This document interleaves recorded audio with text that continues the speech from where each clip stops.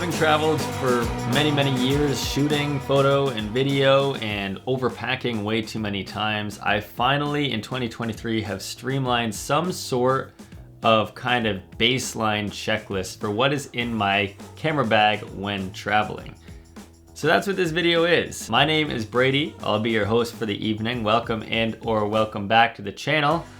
I hope you're having a fantastic night. So this is not a checklist for every single of my projects like how I just went to Norway. I brought something like 7 lenses, 3 bodies, and a wide variety of other things. This is not that video, or that is not this video. This is pretty much my standard go-to kit to cover all of my bases while still being pretty lightweight and minimalistic. Now let's go ahead and start with our camera choices. For many of my recent projects, I've been traveling with my Sony FX3. That is my main travel cinema camera. I own an FX6, but it's bulky and I only use it for when projects really need that extra punch of a cinema camera. Most oftentimes, I'm using my FX3 for all of my cinematography work. It's just a great compact body. It does everything. It gives me low light. It's everything I could want in a little mini cute camera. Sometimes I'll throw on the top handle on the FX3. Sometimes I won't even bring it on projects. It really depends on if I know I'll need XLR input audio or if I want to carry it and get a lot of like handheld footage like that.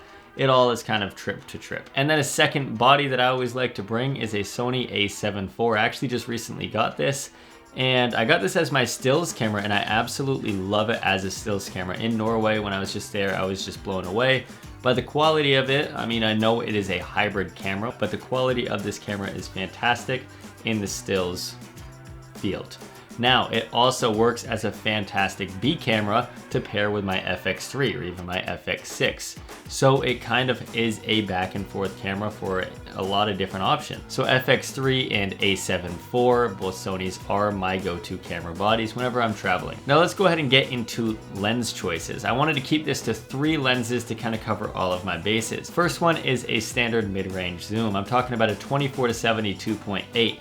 Now, I just switched over to Sony pretty recently, officially, with all of my glass, and I was gonna get the G Master one, but the price was like double. Now this isn't a review, but I will say that I got the Sigma Art version and I absolutely love it. Now this will be on my camera probably 75% of the time because it covers most everything that I need. Now the second lens that I fell in love with, especially recently, is the Sony 16-35 2.8 G Master, and oh boy, that is a beautiful lens, especially when you need that extra width that you're not getting with the 24. It's great for landscapes, really vast shots, it's sharp, yada yada yada. It's a great lens. Great for a lot of the things that we're doing on this documentary. The landscapes are huge, you need a wide lens to take it all in. This is a great lens for both photo and video. Now one other lens is just a cute little guy, and I like to bring this because it's a very lightweight setup, and that's a Sony 20mm G 1.8, and the lens is so tiny. So that with the FX3 is just a great lightweight combination. Now I'll be honest, I don't own a lot of kind of like hybrid photo video glass. So whenever I need something out of this arsenal, I'll oftentimes rent more lenses. Like again, I rented a Sony 100-400mm because I know I would never use that 95% of the time, but I knew I would need it on this project. So I rented it, saved myself a lot of money. It's not a cheap lens. Now let's go ahead and move on to the filter choices. One thing that is really important, as we know, is an ND filter. Now I personally rock the Nisi variable ND 1:5. It's like the True Color VNDs, and I love these ND filters. They look really great. And then additionally, I always have some sort of diffusion filter on top of my lenses. I will bring either a glimmer glass or a Pro Mist filter, some sort of lens diffusion on top of this. And yes, I will stack these with the ND filters. And then don't forget step up rings, because I promise you I forget them. And like the 20mm, it's a 67 filter thread. The others are 82. They just don't fit unless you have step-up rings. So do not forget those, because it's one of those things that always crosses my mind. So moving on to audio. Audio is tricky for me because I'm not an audio guy. For me, if I need quality audio, if I'm shooting like a documentary, I'm gonna rock a top handle and an XLR shotgun. It's a little bit bigger, but it's a lot better quality audio. If I'm just doing more vlog style or just need kind of scratch audio, I'll just bring this Rode Video Mic Pro, I think is what it is, which is just a 3.5mm, and it goes onto the Cold Shoe on top, and it makes the FX3 a lot more portable. And also the VideoMic Pro goes great on the A7 IV as a C camera or whatever, just to get audio as well. And if I need to make a YouTube video or if I need to do interview stuff, I'll also bring these Hollyland Lav mics, which have this charger built into it.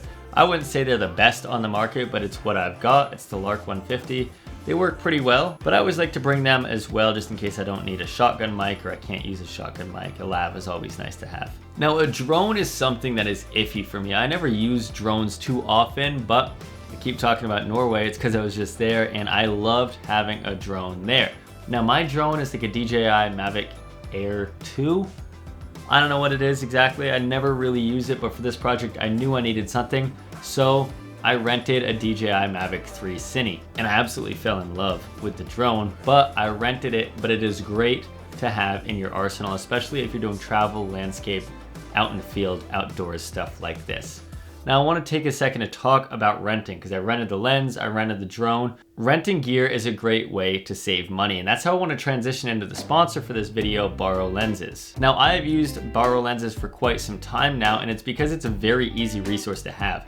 Buying gear gets really expensive. Renting gear saves a pretty penny on each of your productions. So they've sent me out small stuff from lenses to flashes, all the way up to big lighting like 600D, 1200D, stands, all of that. Borrow Lenses will also send you, and the benefit is they send it straight to your door and include a shipping label. You send it back in the same box, bring it to a UPS store. Super easy. So that's definitely one of the benefits of just saving money to rent, and then they ship to your location, whether you're traveling and bringing it to your end destination.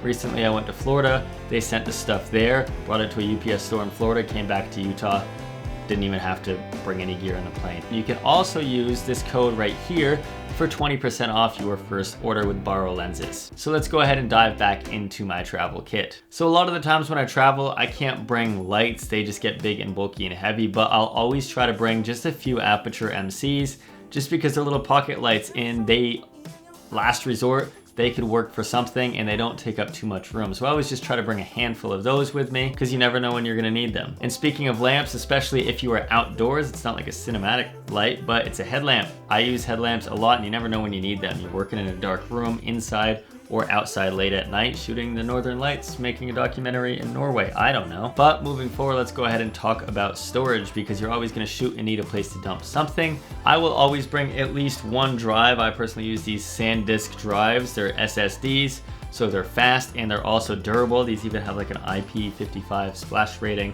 something like this. Not sponsored, I just like them. I have a lot of confidence in something that I know is rugged. And I also bring just an abundance of SD cards for all of my cameras. That's pretty standard. And then moving on, of course, I always make sure to bring a laptop.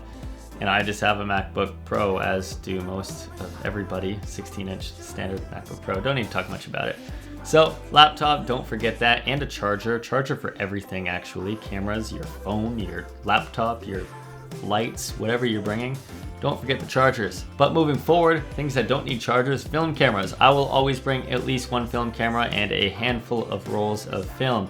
So film gets tricky. I was just in Europe. I've noticed security doesn't like to hand check film too often, so I always try to get lower film speeds, like 400 speeds, because the more sensitive your film, 800, 16, 3200 is, the x-rays can damage it a lot easier. So whenever I travel, especially internationally, I try to travel with only 400, just in case they won't hand check your film at a risk of damaging it. And then my film camera is mainly an Olympus XA. I just love the camera. I've got a handful of them, and this is always the one that I just have the most love for. And then some other things, lens cloths, lens cleaner, the puffer things, which nobody knows what they're called, rocket dusters. I always make sure to bring that, because chances are you're gonna get a piece of dust on your sensor or something, and it's always important to have. And then narrowing down to the end of things, maybe redundant, but a tripod. And I've just got one of these standard Peak Design aluminum tripods. They work great, they're compact, they clip onto my backpack. It's everything I can want for a travel tripod. So we've got a kit of all of our gear, but we don't really have anywhere to put it yet. So let's go ahead and talk about a camera backpack. I personally have the Lowepro ProTrekker BP550AW2. So I pack everything into here and we are good to go. Now we zip it up and we have a complete travel kit, filmmaking package of cameras and gear to bring somewhere traveling. Oh, because they're right here, headphones. Good for a plane because they plug in, but also good for checking audio if you need to check audio. Got these for like $7 at Best Buy. And I'm gonna put the links for everything down below as well, just to make it easy for you to go shop and find things and all of that, just for organization's sake. But that's all I've got for this video. I hope you are doing fantastic, and I wish you the best, and I will see you in the next video.